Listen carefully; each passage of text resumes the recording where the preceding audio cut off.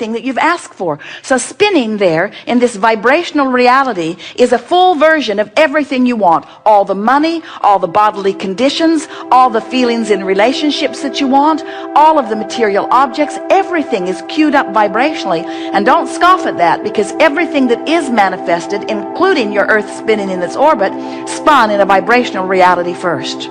The difference is, once you are here on this earth, putting things into your vortex, the amount of time that it takes in your physical earth terms between not showing up in your experience and showing up in your experience is no time. When you become a match to the vibrational vortex and all of those cooperative components that have been assembled, when you become a vibrational match to that, it is instantaneous. In the moment that you stop the resistance, the trail lights up. Now we want you to understand that as creators, the lighted up trail is what you're looking for. You really don't want the instant manifestation. Can you imagine the absence of satisfaction that a sculptor would have if in the moment he touched the clay, it just became the statue? There's a clump, there's a clump, there's a clump, there's a clump, there's a clump. He wants to mold it. He wants to let it evolve. He wants to discover it. He wants to be part of it. And so do you. So when you get into the vortex, we're not saying that you will have an instant manifestation of what you want, although sometimes it seems that fast to you in relative terms. What we are saying is, when you get into the vortex, the trail lights up. Your feeling of empowerment ensues, and the details begin to unfold as you follow the path and let your creative mind take you blissfully on the path of becoming that you've set into motion even before you stepped foot into this physical body. Creating is so delicious, and it's what we all are. And you came into these bodies intending to sift through the contrast in order to discover more desire. Sometimes as physical beings, you think you're here to struggle your way to success, and we say that cannot be. You can struggle your way into asking. You can suffer your way into knowing that you don't want that and that you want something else. And it's an interesting thing, because when you know what you don't want, an equivalent, equal, counter desire is always born. So this vortex of creation that you have put into motion is filled with the culmination of what life has caused you to create in your asking as you sifted through contrast. Ooh, wasn't that beautifully said? This vortex is full of the vibrational equivalent of the asking that your physical experience has inspired through the sifting of the contrast that you have discovered along your way. You've created a vibrational reality that you hold ownership to, that stands in readiness for you, that waits for you eternally. We think you should get it now, however. We don't think that you should wait anymore. We think it's time for you to get in the vortex and begin to reap the reward, to find the answers, to solve the problems, to feel the exhilaration, to be the being who you have created. We think it's time. And otherwise you can do it when you croak. It's your call.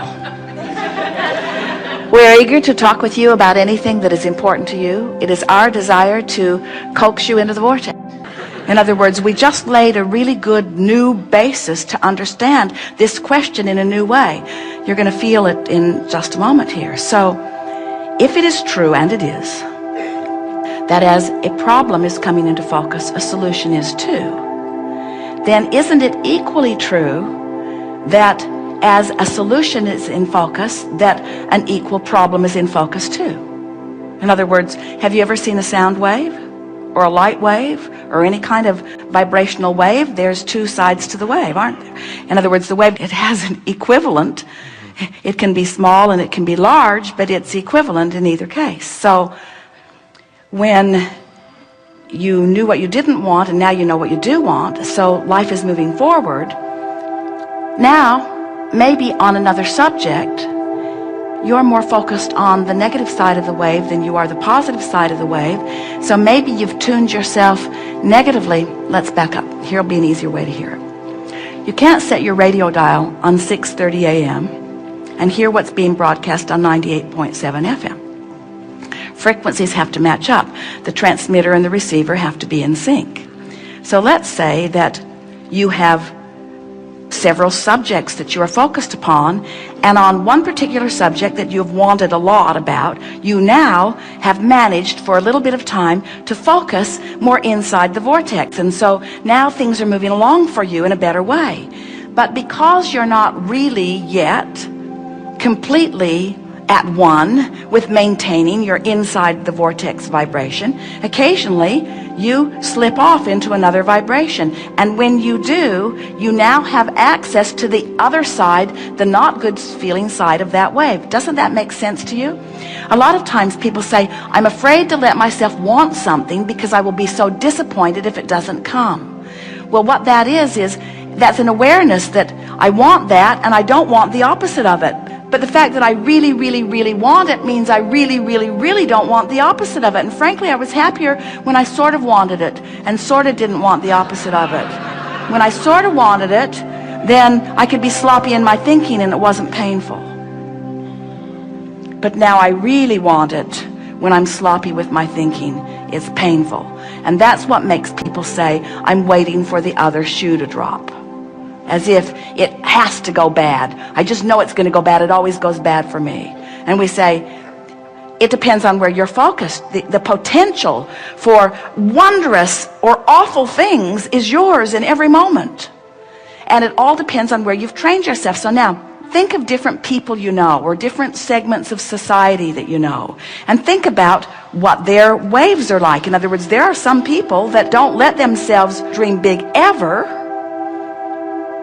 because they don't want the other side of it. And there are people who dream so big, who are sloppy in their thinking, that live really awful things. Isn't it remarkable how many really, really famous people at what seems to be the top of their game crash and burn so badly?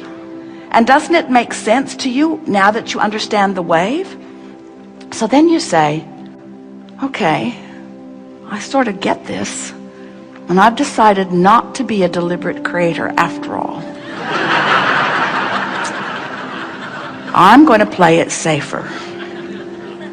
I'm just going to want a little. And we say, we should have told you sooner, but you now know too much. You can't go back. Life is parlaying you into fantastic things, you see. So what we're really talking about here is you got to focus. You got to focus, because what's coming to you is coming in response to your allowance. And here's the thing that makes what we just said to you interesting and funny, but different than the way we were playing with it. And here's what we mean by this. You've already played your hand. You've already been living your life. You've already been asking and asking and asking and asking and asking and asking and asking. In other words, you've already put who you really are over here in this vortex of creation, and you really have no choice other than to get up to speed with who you are. So what you just said to us is, well, I've been letting myself get up to speed with who I am, but now I'm worried because I can't maintain it. And we say, you got to practice that. You'll crash and burn a few times, but all that'll do is make you more determined to focus until you'll reach the place where it will matter to you that you focus inside the vortex. If anybody's having an anxiety, it's because they're looking for the manifestational evidence.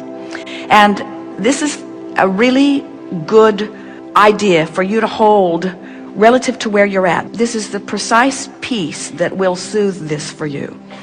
This vortex of creation, it's the vibrational foundation for all of the good that manifests. And when you have full view of it, that's when you feel utter faith, because that faith is knowledge in something not yet seen. And the reason you can't see it is because it's pre-manifested. But there is so much that is wonderful that is pre-manifested that you can feel. Did you get that? Now, for somebody outside the vortex, what they heard us just say was, you have to trust us, and we've just got a different version of the fairy tale for you. And so we can understand why from outside the vortex, skepticism and cynicism and pessimism would be something that you are feeling.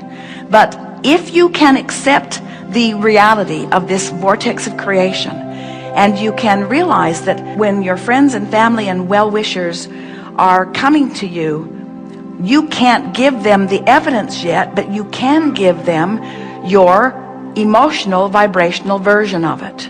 And so what they're reaching for from you is your feeling of elation, your feeling of optimism, your feeling of knowing. Have you ever been part of something where there was a leader who knew even before there was manifestation, and that leader just knew so clearly that you knew too, and couldn't you ride the current of that knowing? And weren't there always those naysayers who couldn't see it and couldn't feel it, who were determined that it wasn't going to come to be? But because someone knew, and because you knew they knew, then you knew a little too? That's the best that you can do for those people, because almost everybody is demanding. That's why science and medicine moves slowly forward, is because they need to see it before they believe it. And that's backwards. You got to believe it before you can see it. You have to believe it in order to get in the vortex, and you've got to get in the vortex before you can see it, before you can rendezvous with the circumstances and events that are going to bring the manifestation of it about, you see. It's really interesting. This reality that humans claim and cling to is such an arbitrary thing. You are billions of people with billions of different perspectives of life experience, literally creating billions of different worlds, and yet pretending that it's all one big world that you're all sharing equally. And it's not even close to that, you see. You are on these vibrational islands with law of attraction spinning on your individual vortices, giving you exactly what you are a vibrational match to. So the first thing that we would say to you is, if we were standing in your physical shoes, would leave them all out of the equation, well-wishers or not. Because if you need to prove to them what they need to see, then they've got you focused outside the vortex, and that's why you feel a diminishment of your joy. So somehow you have to convince them that you're onto something, and you know you're onto something. We know that they are well-meaning, and we know that you know that they are well-meaning. We're just saying, you got to do what's easiest to keep you focused in the vortex. So if someone says, how you doing? You say, tuning my frequency. You say, well, how's it coming? Great, I feel great. What have you got to show for it? Joy. Well, what else you got to show for it? Vitality, clarity. What else you got to show for it? All that you're doing, what do you have to show for the work that you've been doing? Enthusiasm, life, passion. That all? And what they're really saying to you, don't you think paying this price of joy is too great?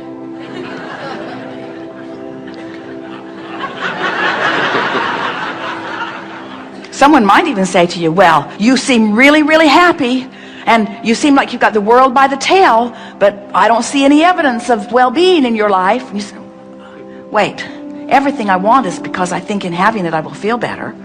And now I found a way to feel better even before it comes. They say, yeah, that's what I'm saying. It hasn't come.